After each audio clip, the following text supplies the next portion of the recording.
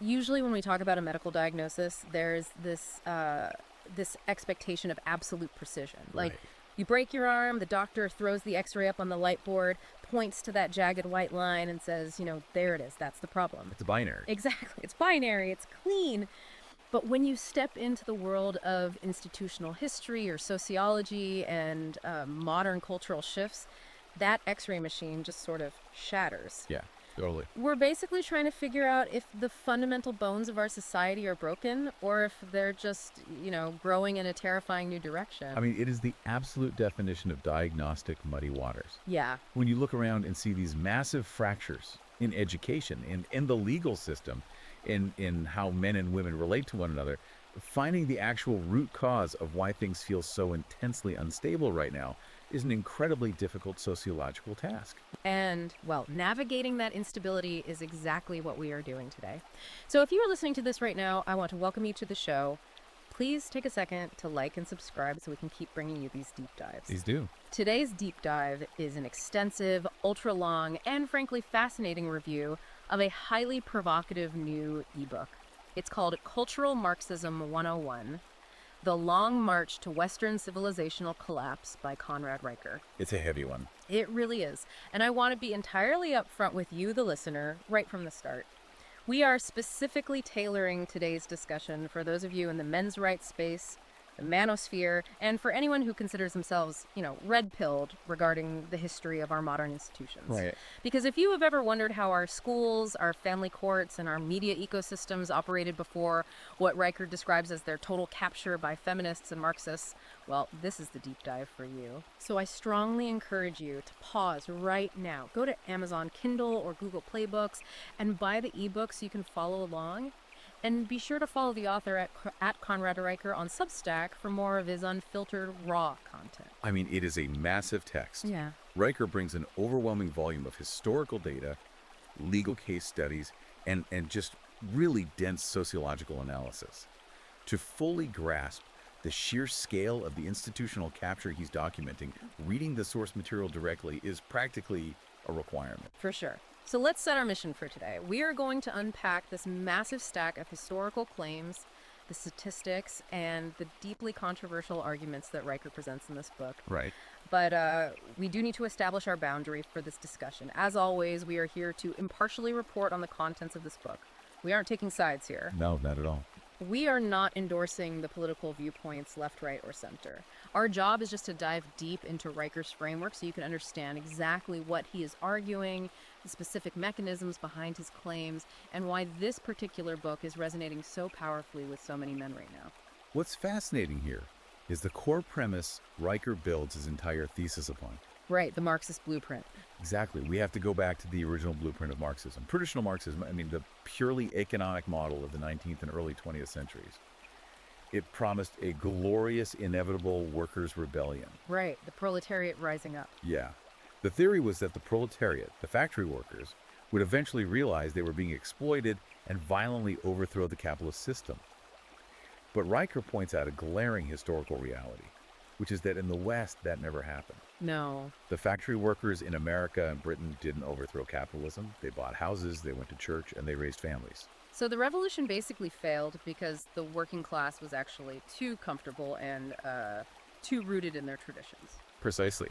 And according to Riker's historical tracing, because the traditional economic Marxist model failed to incite a revolution, the ideology had to adapt to survive. It had to mutate. Right. It couldn't attack the wallet anymore. So it morphed into what Riker calls cultural Marxism 2.0. Mm-hmm.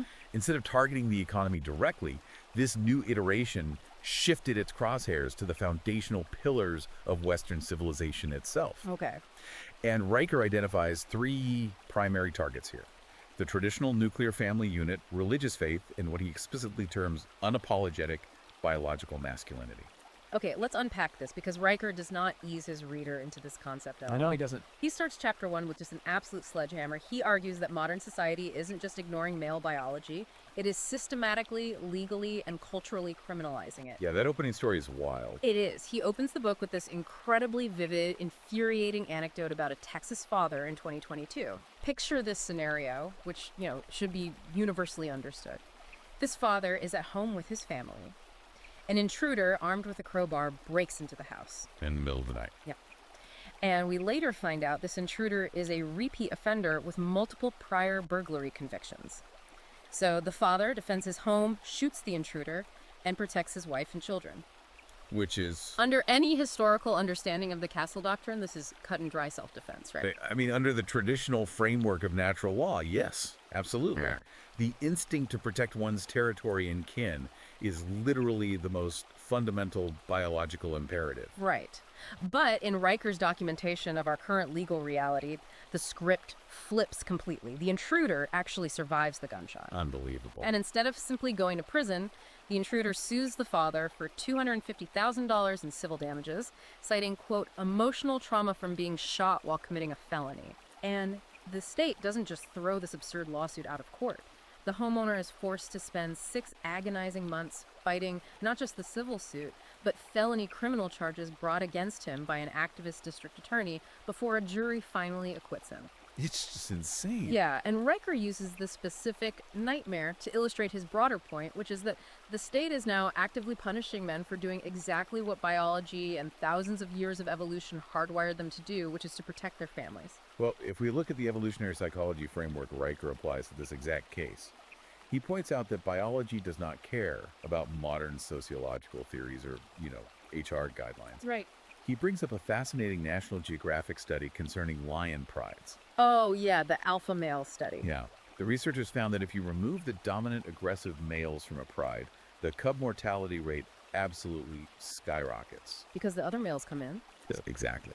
Rival rogue males immediately invade the territory. And Riker takes that biological reality and directly connects it to modern human data.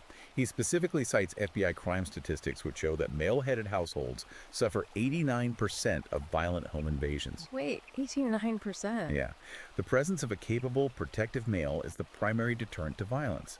Yet, Riker argues, the legal system and the broader culture are treating that protective instinct as a dangerous liability.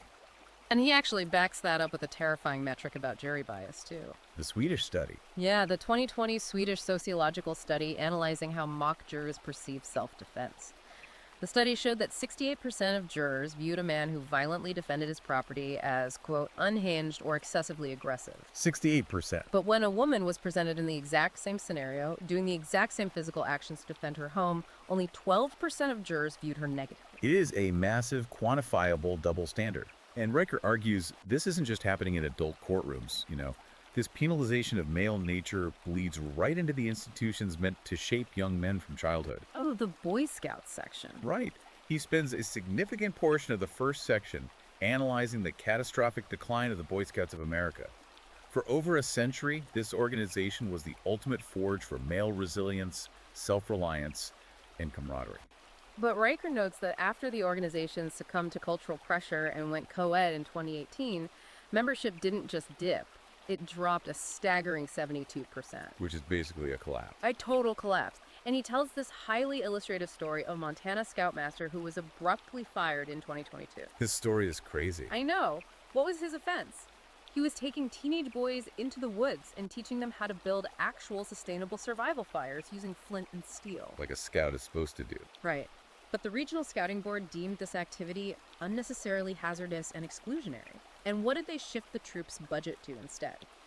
Riker provides the receipts showing the funds were reallocated to indoor workshops, where the kids made friendship bracelets while listening to pop music. Yeah, and Riker frames this transition not merely as a cultural shift towards safetyism, but as a deliberate biological suppression of the developing male brain. How so? Well, he references a highly detailed 2019 Harvard anthropological study demonstrating that male-only tribal rites of passage things like Maasai warrior training, Spartan Gauge, or modern Navy SEAL Hell Week actually trigger latent primal competence wiring in the male brain. Interesting. Yeah, the study proved that testosterone literally rewires neural pathways when men are forced to solve tangible, dangerous problems within a hierarchy of other men, completely devoid of what Riker calls estrogen-laden training wheels. So when an institution replaces wilderness fire building with making friendship bracelets in a climate-controlled room, Riker argues you aren't just changing a curriculum.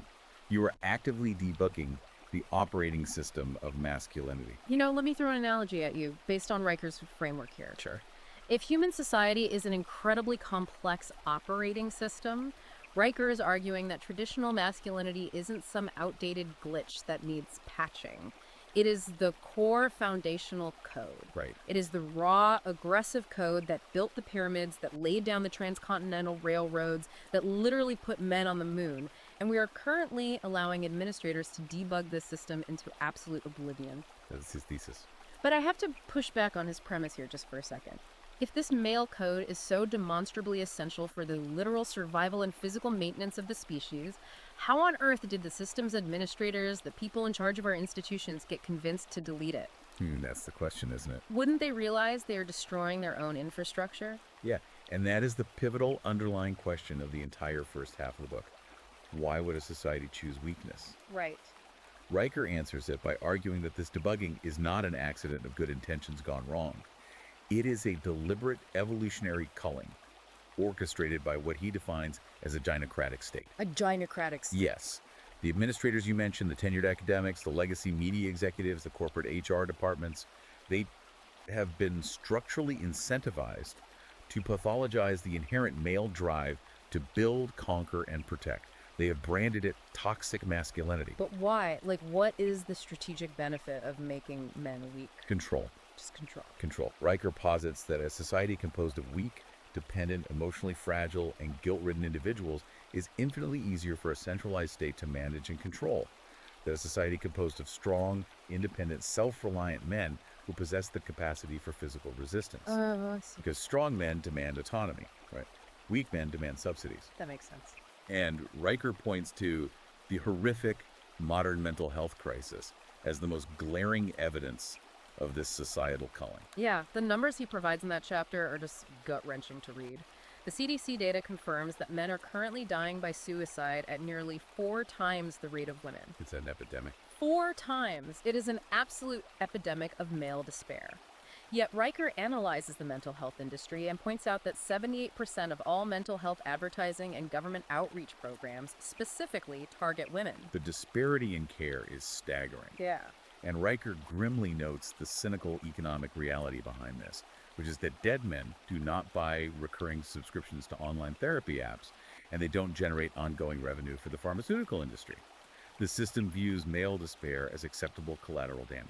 And he shares this devastating, highly specific story to drive the point home. It involves a Detroit father in 2023. The hotline story. Yes, the hotline story. This man worked in manufacturing, lost his job due to overseas outsourcing, and found himself completely unable to pay his mortgage or feed his kids. Just a brutal situation. Brutal.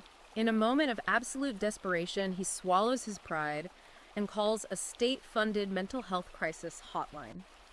He tells the operator, "I have failed. I can't provide for my family anymore." And what does the operator say? According to the transcripts Riker pulled, the operator tells him he needs to examine his, quote, patriarchal assumptions about being the sole provider. You're kidding. I wish I was. And when the man gets frustrated, the operator actually hangs up on him for being verbally combative. Wow. The father died by suicide less than 3 hours later. It is a chilling, a perfect encapsulation of what Riker identifies as a socioeconomic system that demands infinite male labor and provision, but simultaneously pathologizes the very masculine drive required to achieve it. Exactly. According to Riker's analysis of this double bind, if a man aggressively works 70 hours a week to support his family, he is lectured about his toxic masculinity and told he's emotionally distant. But if he fails to support them, he is instantly discarded as a useless, incompetent failure. There is no grace for male weakness in a system that extracts their utility. Which naturally leads to the next massive question, right? How did the institutions get this way? How did the crisis hotlines, the schools, and the courts get staffed by people who view men with such profound hostility?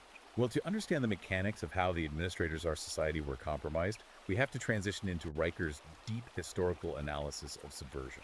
Right, and that brings us to his exploration of Gramsci's Long March and the capture of institutions. Yes. Riker goes incredibly deep into the historical weeds here, pulling up the writings of Antonio Gramsci, an Italian Marxist philosopher writing from a fascist prison in the 1920s and 30s. Yeah, Gramsci's crucial here.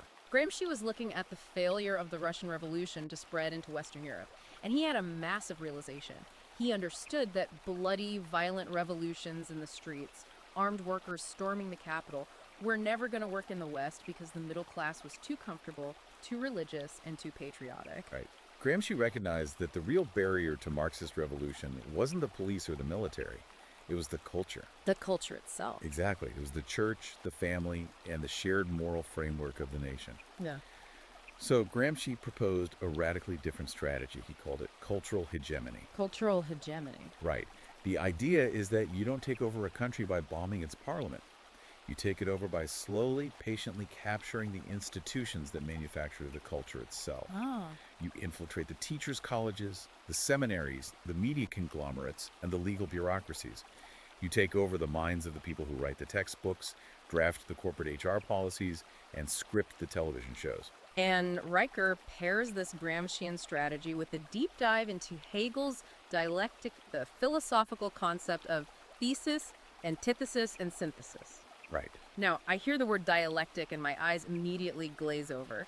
How does Riker explain this so it actually makes sense to a modern reader? Riker breaks it down brilliantly. Historically, Hegelian dialectics was supposed to be a tool for finding truth. Okay. You have a prevailing idea, which is the thesis. Someone proposes an opposing idea, the antithesis. The two ideas clash, debate ensues, and society arrives at a better, more evolved truth, the synthesis. Sounds reasonable. It does.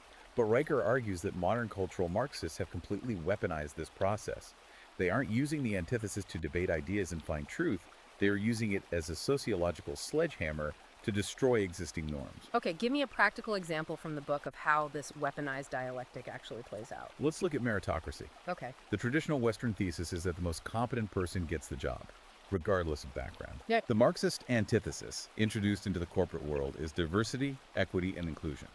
The argument that merit is inherently racist or sexist, and outcomes must be perfectly equalized. I see. They don't want to debate. They create a hostile environment where defending meritocracy gets you fired. The resulting synthesis is our current corporate reality. A system where basic competence is punished, dissent is treated as a moral deviance, and compliance to the ideology is the only path to employment. And Riker brings an avalanche of receipts to show how this ideological capture looks in the modern workplace. Oh, yeah.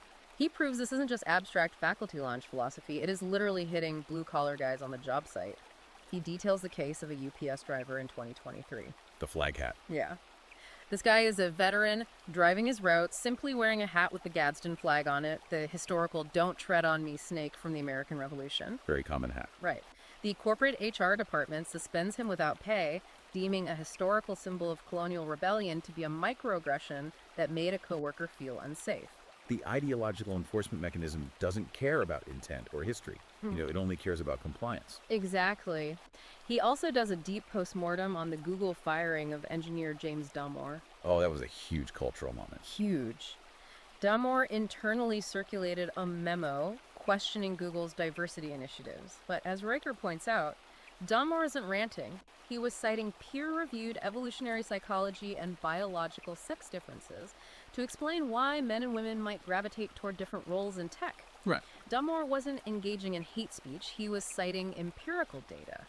And he was digitally exiled, his career destroyed, simply for introducing biological reality into a corporate space that demands ideological conformity. Riker shows how the workplace examples get progressively more surreal and targeted against men, too. Yeah. He combed through the 2021 mandatory training slides of the Houston Fire Department. Keep the context in mind here.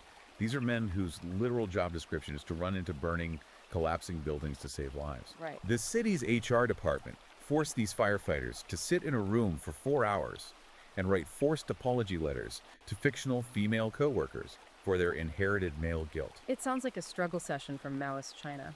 It is functionally identical.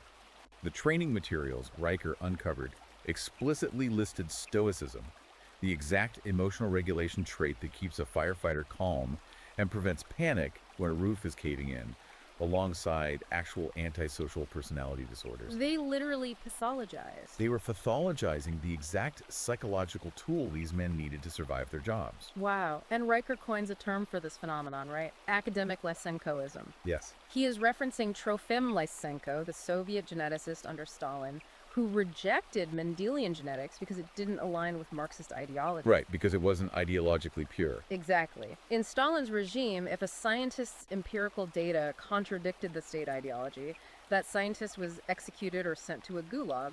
Today, as Riker points out, we don't shoot the biologists, we just fire them, destroy their reputations on social media, and call it diversity training. And Riker traces this modern Lysenkoism back to its source, the university system. Which brings us to factophobia. Yes, he diagnoses modern academia with a terminal institutional case of what he calls factophobia. Factophobia is arguably the most incisive concept in this section. Riker is describing a systemic, institutional terror of objective truth, whenever that truth contradicts the prevailing progressive narrative. All right. He details a highly publicized case of a UC Berkeley sociology major who was expelled in his senior year. What was his crime? During a classroom debate on the concept of systemic racism in policing, this student opened his laptop and cited publicly available FBI uniform crime statistics to provide context for arrest rates. I mean, in a sane world, a sociology student would be applauded for bringing empirical, government-verified data to a sociological debate. Exactly. But under the rules of factophobia, objective data is dangerous. The professor reported him, and the disciplinary committee expelled him, officially labeling the recitation of SBI statistics as hate speech that created an unsafe learning environment. The weaponization of the bureaucracy is just staggering. It is. He gives another example from UC Berkeley, this time an engineering student. This male student discovers that his female project partner has egregiously plagiarized her portion of their final engineering project. Classic academic violation. Right. So he does what any student with academic integrity would do. He reports the plagiarism to the department head.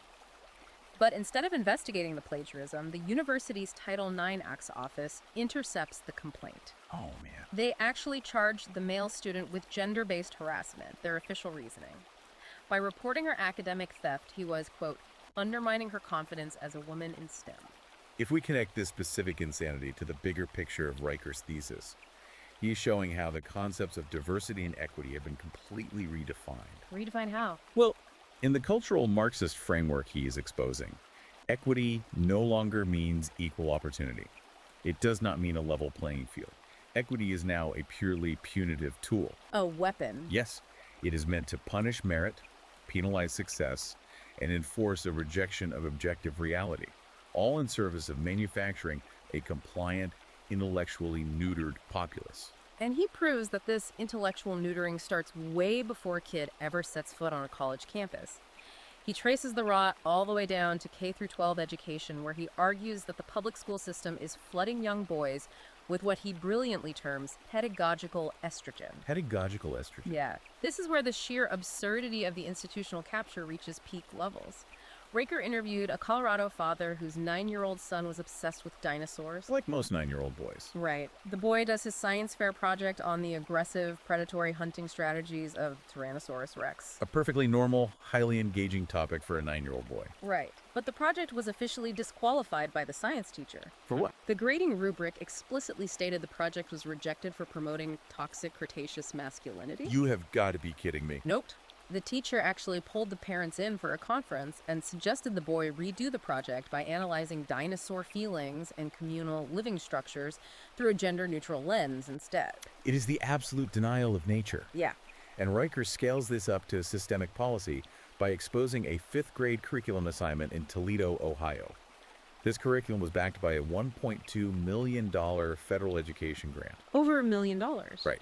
The assignment asked 10-year-old children to sit in circles and deconstruct their gender by identifying feminine traits they valued within themselves while apologizing for aggressive tendencies. Insane.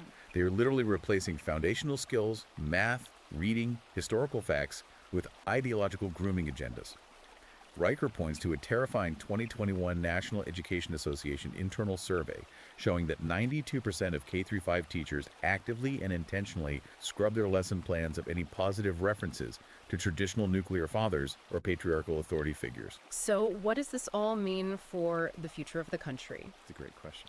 Riker vividly describes universities and public schools moving completely away from their historical mission of training critical thinkers and instead functioning as assembly lines manufacturing ideological activists. Exactly. It sounds to me like corporate DEI consultants and school board administrators are functioning as the new high clergy of a mandatory state religion, actively policing thought crimes and excommunicating heretics. That's a very apt comparison. But here is the ultimate pushback I have against this entire system, the concrete wall this ideology eventually has to crash into. Could you? If these institutions fundamentally reject objective reality in mathematics, like that literal CNN segment Riker cites, where the panel seriously debated whether 2 + 2 = 4, arguing that basic objective math is a tool of white cis-heteropatriarchy, Right. how does the society continue to physically function?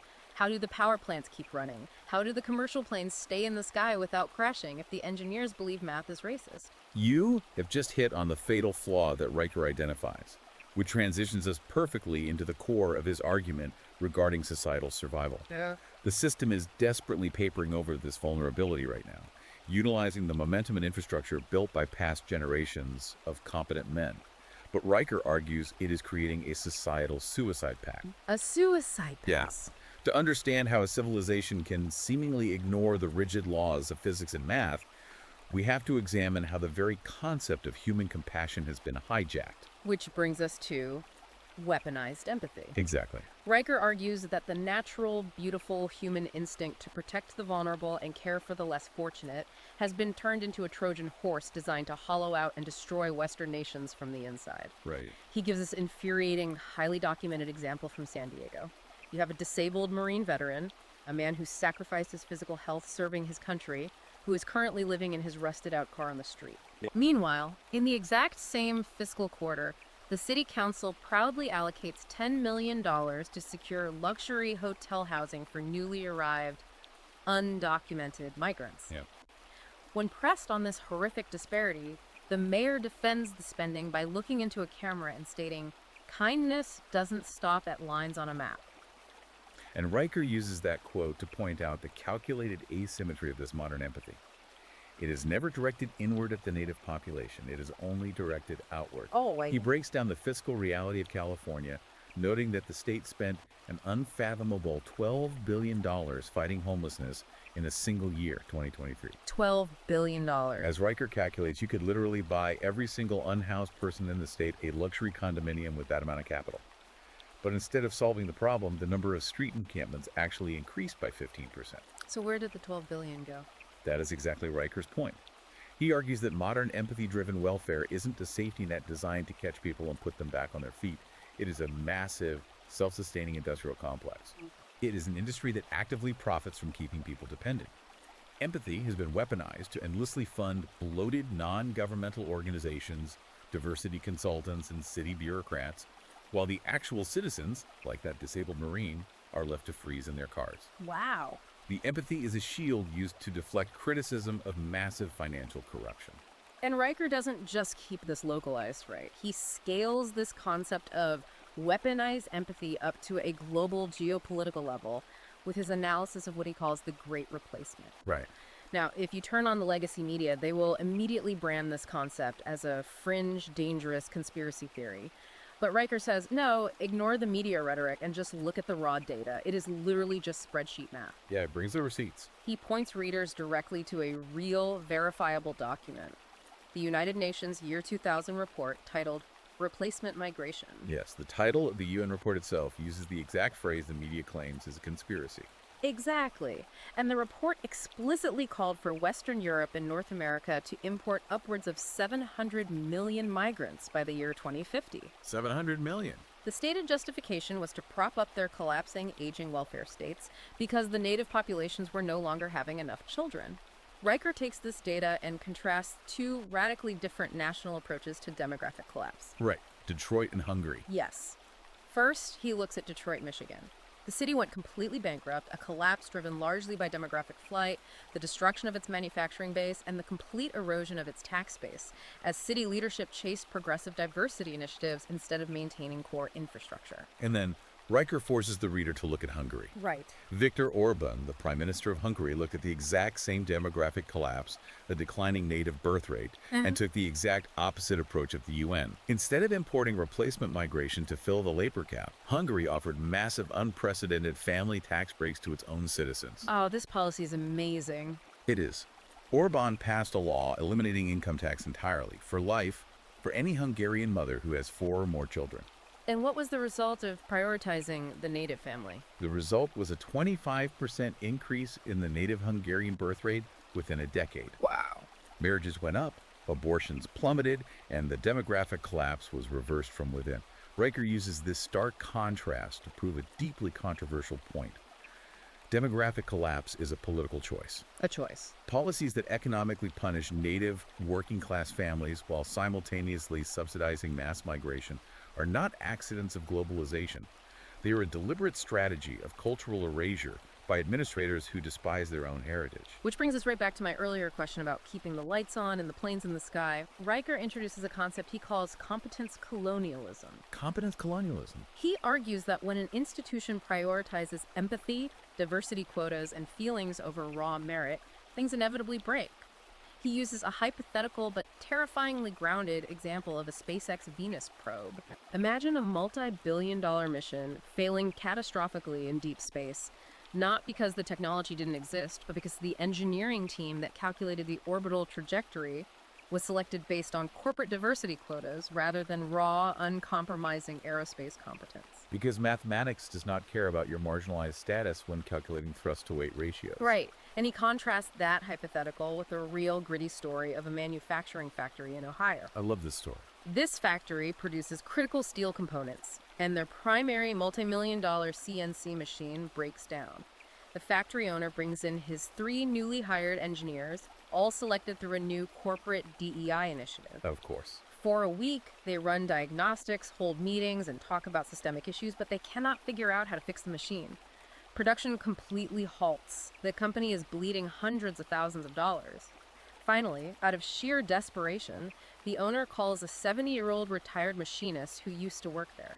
This is where Riker's concept of utility really shines. Exactly. This 70-year-old guy with calloused hands, a bad back, and 0 hours of corporate diversity training walks onto the factory floor.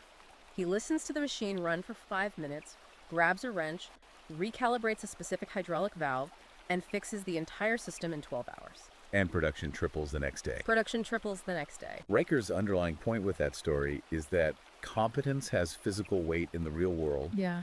Skill actually bends reality. You cannot lecture a broken hydraulic machine into working. You cannot apply Marxist critique to a collapsing bridge. Right. And Riker introduces his grand theory of matriarchal collapse here. He states, analyzing historical cycles, that any civilization that structurally elevates feminine emotionalism, prioritizing feelings, hyper-empathy, and enforced equity over masculine logic, risk-taking, and meritocratic competence will inevitably commit societal suicide within 90 years. Why? Because in Riker's analysis, the modern definition of equity does not mean fairness.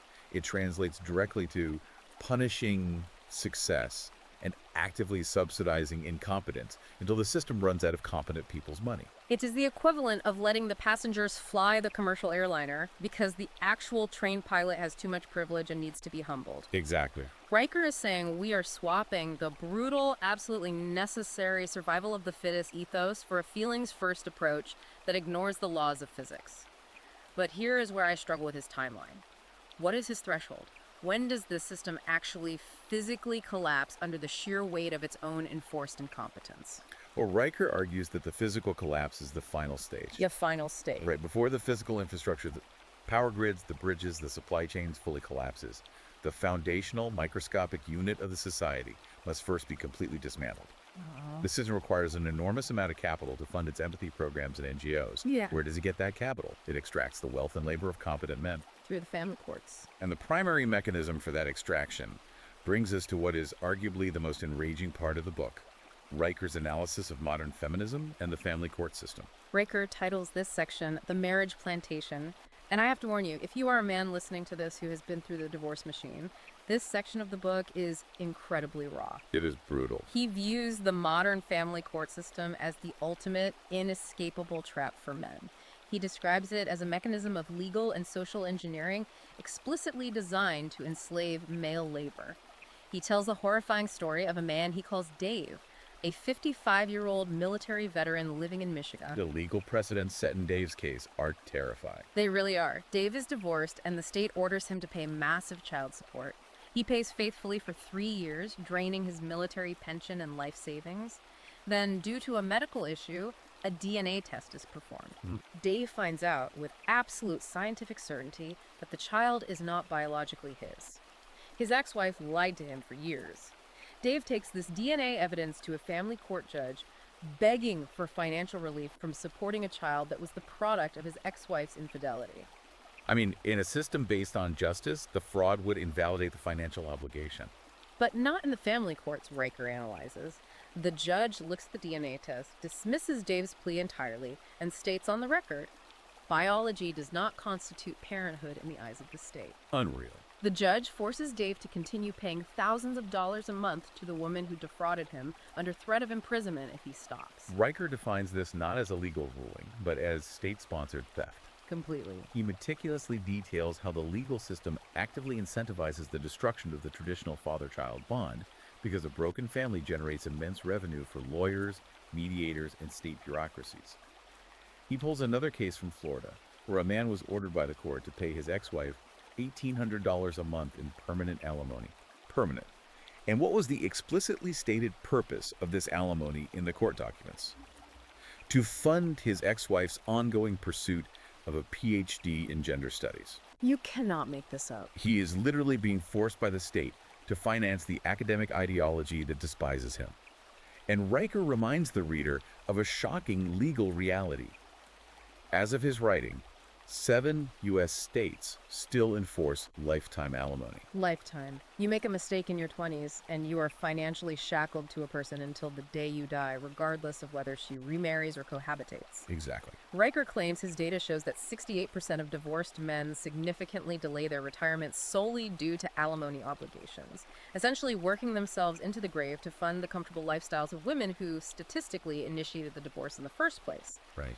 And it gets much darker when Riker looks at how the state intervenes in the physical domestic life of a couple. He traces the current nightmare of domestic dispute policing directly back to something called the Duluth model. For the listener, the Duluth model is critical to understand. Yeah. Established in Duluth, Minnesota in 1981 by a feminist activist named Ellen Pence. This framework is the ideological backbone of roughly 80% of all domestic violence policing policies in the United States and the UK. Riker explained how this model is not based on psychology or relational dynamics. What's it based on? It is based on a Marxist feminist assumption that all domestic violence is exclusively a tool of patriarchal control used by men against women. So how does that theory translate to a cop showing up at a house? It translates into mandatory arrest policies. The Duluth model trains police officers arriving at a domestic dispute to identify the primary aggressor. But the training inherently biases the officer to view the male as that aggressor simply due to size and gender. Right. Riker details cases where a man calls 911 because his wife is attacking him with a weapon. The police arrive, the man is bleeding from the face, the woman doesn't have a scratch on her, but because she claims she felt coercively controlled, the police arrest the bleeding man. The model mandates that the man is the perpetrator of patriarchal violence, even when he is demonstrably the physical victim. The statistics Riker pulls to dismantle the Duluth assumptions are mind-bending. He cites a comprehensive 2019 UK government study showing that 47% of domestic violence victims are male. Almost half. Almost half of all victims are men. Yet Riker investigates the infrastructure and finds that 99% of government-funded domestic violence shelter beds are reserved exclusively for women. If a man is fleeing an abusive wife with his children, he literally has nowhere to go. Nowhere. He pulls CDC data from 2015 showing that 1 in 4 men experience severe physical violence from an intimate partner in their lifetime, but the legal system completely ignores their pain. Why? Because, as Riker powerfully argues, the entire system operates on a mechanism of selective empathy. And this selective empathy is amplified, validated, and protected by media gaslighting. Yes, the media chapter. Riker dedicates a chapter to the media's role in destroying male lives. He points specifically to the infamous 2014 Rolling Stone UVA rape hoax as the perfect case study. Oh, man. The magazine published a horrific, deeply detailed story of a fraternity gang rape. It caused a national outrage, protests on campus, and destroyed the reputations of the men accused. The story was driven entirely by the ideological believe all women narrative. But the story was a complete fabrication. Entirely fabricated. There was no party, no assault, and the accused men weren't even in the state at the time. Wow. Rolling Stone eventually had to pay $1.8 million in defamation damages to the fraternity. But Riker highlights the true injustice. The female student who maliciously fabricated the entire story, attempting to send innocent men to prison for decades, faced zero criminal or legal consequences for the false accusation. Riker draws a literal flowchart in the book for the modern male existence in the public square. The flowchart is depressing. It goes like this. An accusation is made, which immediately leads to a media frenzy, which enforces presumed guilt, which leads to the man's bankruptcy as he tries to defend himself, which finally leads to no apology when he is proven innocent. Riker points out that the legacy media treats unverified, anonymous, decades-old accusations against men as absolute gospel truth, destroying careers and lives overnight.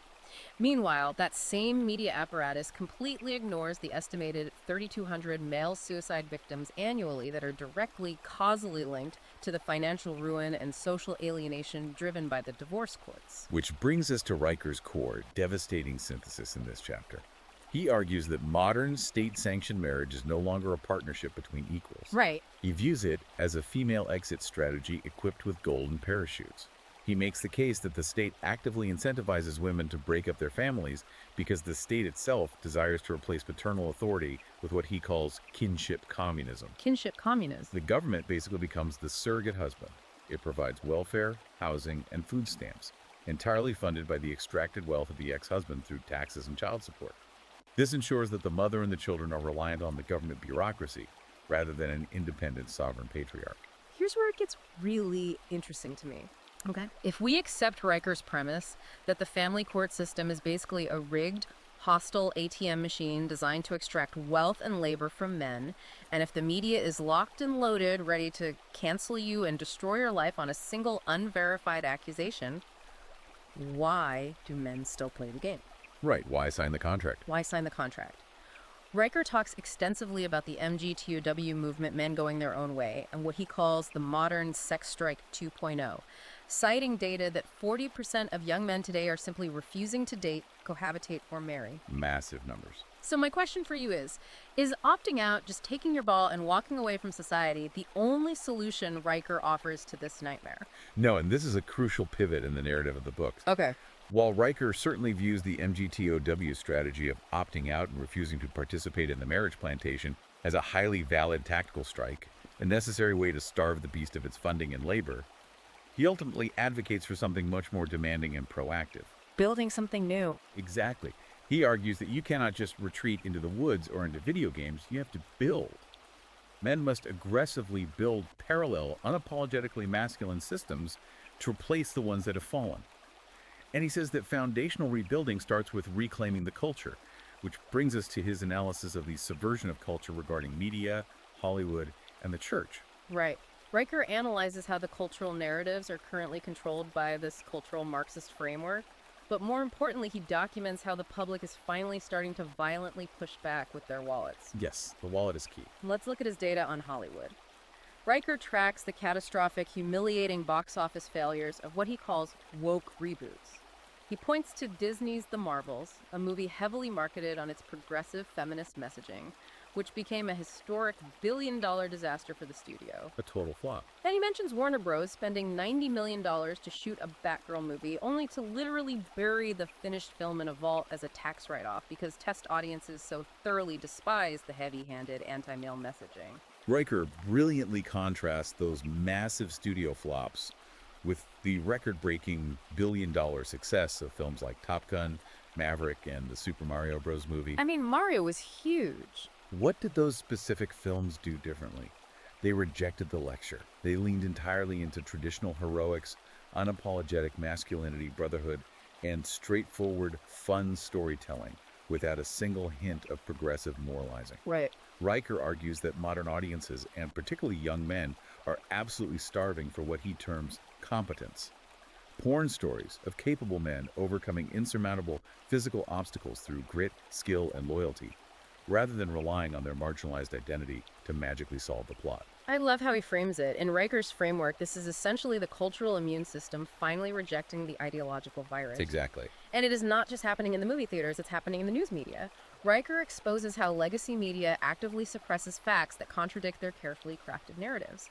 He brings up the lab leak theory regarding the origins of COVID-19. Oh, that's a prime example. In 2020, networks like CNN aggressively fact-checked anyone suggesting the virus came from a lab, banning people from social media and branding the theory as a debunked racist conspiracy.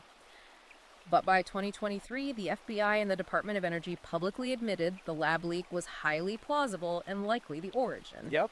Or he points to the coordinated suppression of the Hunter Biden laptop story by 50 former intelligence officials right before a major election, claiming it was Russian disinformation when they knew it was real. Riker frames this systemic media deception under the umbrella of cancel culture as the New Inquisition. The New Inquisition. He argues a profound philosophical point. Marxists fundamentally cannot create. They can only invert, subvert, and deconstruct what greater men have already built. Right. So they invert the legacy media from a truth-telling, investigative apparatus into a moral vegetable delivery system. They force audiences to consume progressive ideology under the guise of entertainment or objective news. But the audience is walking away.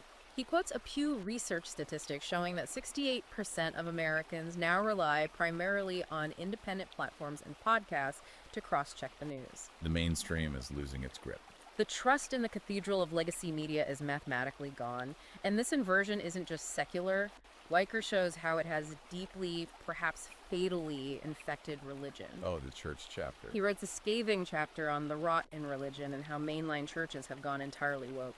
He describes a massive Catholic diocese in Germany that actually swapped the theological concept of sin for carbon credits. I could not believe this part. Parishioners were going into the confessional booth to confess to driving gas-guzzling SUVs and eating red meat, and the priests were assigning them penance to compost more and buy electric vehicles. The theological subversion is astounding. He also cites a prominent Baptist church in Atlanta that literally canceled its traditional Easter Sunday resurrection services. On Easter Sunday? Yes. What did they replace the holiest day in the Christian calendar with? They hosted a Trans Day of Visibility rally in the sanctuary, complete with pamphlets on hormone therapy and puberty blockers for minors. Just wow. Riker views this as nothing less than theological vandalism. He argues that by desperately trying to appease progressive activists who hate them anyway, these mainline churches are committing spiritual suicide. And again, the data he provides supports his thesis. Churches that focus on progressive social justice are hemorrhaging members at a historic rate. But the Orthodox churches are booming. That is the silver lining he finds. Right. He points to the Anglican Church in North America, a denomination that strictly banned pride flags on church property and rigidly stuck to traditional, uncompromising biblical doctrine. While the progressive churches died, this Orthodox branch grew its congregation by 200% in a decade. The numbers don't lie. Which leads me to an analogy I want to run by you. Riker states bluntly that agendas sink ships. If Hollywood studios, the legacy media networks, and these woke churches are the Titanic taking on water fast because they hit the iceberg of reality, then independent creators like Joe Rogan, alternative platforms like Substack and Rumble, and traditional Orthodox churches are the lifeboats. The lifeboats. But here's my question. Can these independent lifeboats actually replace the massive multi-billion-dollar cultural dominance of the mainstream cathedral? Riker absolutely believes they can, and more importantly, he argues they must. Okay. He points out the mathematical reality that Joe Rogan's audience of 11 to 15 million listeners per episode completely dwarfs CNN's entire primetime lineup combined. The lifeboats aren't just surviving in the water, they are actively becoming the new flagship fleet of the culture. Wow. And this transition of power brings us to his final, most practical chapters, the playbook for revival and the parallel economy. This is where Riker moves past the bleak diagnosis of the problem and provides a concrete, highly actionable blueprint for his readers to start taking their power back. Yes, this final section serves as a literal battle map for the listener. Riker outlines very specific, actionable solutions for men to start fighting back in their daily lives. The first step in his playbook is what he calls analog resistance and education. Right. Since he established earlier that K through 12 public schools are functioning as ideological indoctrination camps, he notes that capable men are simply pulling their kids out of the system. He highlights an incredible grassroots movement, specifically pointing to a place called the Garage Gulag in Dallas, Texas. The garage gulag is a perfect example of what he means by analog resistance. It really is. It was started by a retired aerospace engineer who was disgusted by the public school curriculum. So he turned his two-car garage into a neighborhood homeschool boot camp for boys. And the curriculum is intense. He combined translated Soviet-era physics and mathematics textbooks because they focus purely on hard science without political correctness, with daily, grueling physical fitness quotas. The boys have to do a certain number of push-ups before they are allowed to attempt their calculus exams. And the results? The result: these homeschooled boys from a garage are consistently winning National Math Olympiad medals and bench pressing their own body weight, completely outperforming the heavily funded public schools. Riker also details a broader educational framework developed by a group called the Montana Mavericks Co-op, which they call the 3D curriculum. Right, the 3Ds. The 3Ds stand for discipline, doctrine, and dominion. The schedule Riker outlines is intense. These teenage boys are waking up at dawn to learn Brazilian jiu-jitsu and physical combat. Hardcore. After lunch, they are reading heavy philosophy, John Locke, Friedrich Nietzsche, and classical theology. By dusk, they are out in the wilderness mastering land navigation, marksmanship, and animal husbandry. Riker argues that this specific type of rigorous analog resistance creates a generation of young men who are completely immune to corporate cancellation because they possess actual, tangible, real-world skills that cannot be outsourced. And hand in hand with the educational resistance is the physical and spiritual revival. Riker talks passionately about a place called the Iron Bastion Gym in rural Texas. It was opened by a combat veteran ex-Marine who instituted a strict, unapologetic no Karens rule. A deliberate rejection of safe space culture. Exactly. There are no safe spaces, no inclusive pastel resistance bands, no TVs playing the news. It is just heavy iron, loud heavy metal music, chalk, and raw competitive male camaraderie. Riker uses this gym to promote his triad of revival, which he defines as God, guns, and testosterone. That triad is central to his entire closing thesis. Right. For the spiritual and protective aspect, he mentions a remarkable group in Provo, Utah, calling themselves the Sheepdogs of God. These are organized groups of fathers who, fed up with police defunding, began patrolling their own neighborhoods fully armed and in radio contact. And it worked. Within months, local property crime and vandalism dropped to near zero. They didn't ask the state for permission to be safe. They imposed safety through capable presence. And he spends a massive amount of time on the biological component testosterone. He cites fascinating clinical data showing that men who undergo prescribed testosterone replacement therapy, TRT, and simultaneously begin heavy strength training are 6 times more likely to successfully ditch their SSRI antidepressants within a year. 6 times more likely. Riker frames testosterone not just as a medical hormone, but as a literal biological rebellion against a culture that desperately wants men to be soft, anxious, and compliant. It is a profound point. The system prescribes pills to numb the anxiety of being weak. Riker prescribes iron and testosterone to cure the weakness itself, thereby eliminating the anxiety. He literally writes that optimizing your testosterone is throwing a middle finger to the pharmaceutical systems that profit from your weakness. Love that. And finally, tying all this resistance together, he maps out the creation of parallel economies. If the big corporate banks use ESG scores, environmental, social, and governance metrics, to punish you for your political or religious beliefs, Riker says you don't complain, you simply leave. Just walk away. He highlights an institution called Liberty Loans in Idaho. It is a regional credit union that publicly and aggressively rejected all ESG compliance standards, explicitly stating they only lend based on financial merit and character. And what happened? Guess what happened? Their membership grew by 200% in just 2 years as millions of dollars of capital fled the woke banking sector. He also details John Carter's Freedom Ranch, a growing network of 47 private camps across the American South where fathers and sons gather to learn tactical philosophy, agricultural independence, and off-grid survival, completely outside the digital surveillance state. Synthesizing all of these disparate movements, Riker's ultimate call to action for his readers is a political concept he names aristocratic anarchism. Aristocratic anarchism. He is looking directly at his male readership and telling them, stop begging a hostile system for fairness. Stop trying to reform HR departments that inherently despise your biology. Stop trying to vote your way out of family courts that are financially incentivized to destroy you. Right. Instead, men must embrace what he calls liturgical masculinity, a strict daily revival of unapologetic, rigorous standards of traditional manhood. They must build uncompromising, decentralized, analog networks of competent men. The solution he offers isn't to balkanize, start a civil war, and hide in an underground bunker. It is to simply starve the old, corrupt system of your labor, your tax money, and your psychological compliance by outbuilding and outcreating it in the parallel economy. Riker uses this incredible summarizing phrase near the end of the book: competence beats lectures every time. Yeah, that's a great line. And he backs it up with a real-world story about a group in Louisiana called Dads on Duty. There was a local high school that was absolutely plagued by daily gang fights and violence.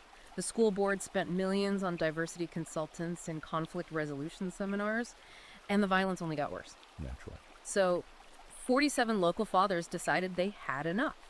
They didn't ask for government grants. They didn't take an HR training course. They just started showing up at the school, standing in the hallways in their work boots, radiating capable masculine authority. And the result? School violence dropped by 60% in 6 months, just from the presence of strongmen. So my final question to you is Riker's ultimate message here that the sheer undeniable force of male or biological ability to fix things, protect things, and build things will eventually force society to abandon wokeism when the physical infrastructure literally starts crumbling around them? Yes, that is exactly the core of his thesis. To summarize this massive deep dive, Riker's Cultural Marxism 101 serves as a comprehensive, aggressive, and highly detailed battle map for men who feel entirely disenfranchised and alienated by modern institutions. It really does.